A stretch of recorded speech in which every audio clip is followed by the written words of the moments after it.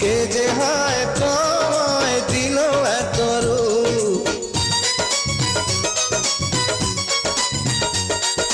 দেখে হয়ে গেলাম আমি যে চুপ।